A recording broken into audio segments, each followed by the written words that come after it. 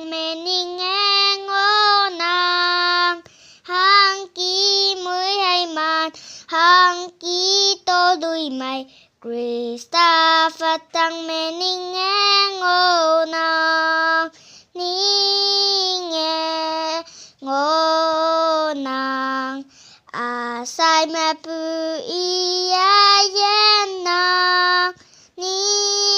nghe ngô nàng Krista Phật tăng mê ni nghe ngô nàng hang ki linh la kai a pu te ta lạc Krista Phật tăng mê ni nghe ngô nàng làm như ở trên thế hoàng ai ngô nàng Krista Phật tăng mê ni nghe ngô nàng ni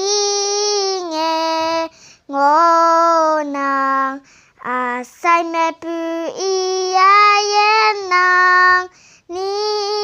nghe ngô nàng Krista Phật tăng mê ni nghe ngô nàng ta quê ở làm mẹ hằng tôi ye nhầm lạc Krista Phật tăng mê ni nghe ngô nàng yu ngoan pa phai tàu tô lưới mây ngô nàng Krista Phật tăng mê ni nghe ngô nàng ni nghe ngô nàng a sai mẹ pu i a yen nàng ni nghe ngô nàng Krista Phật tăng mê ni nghe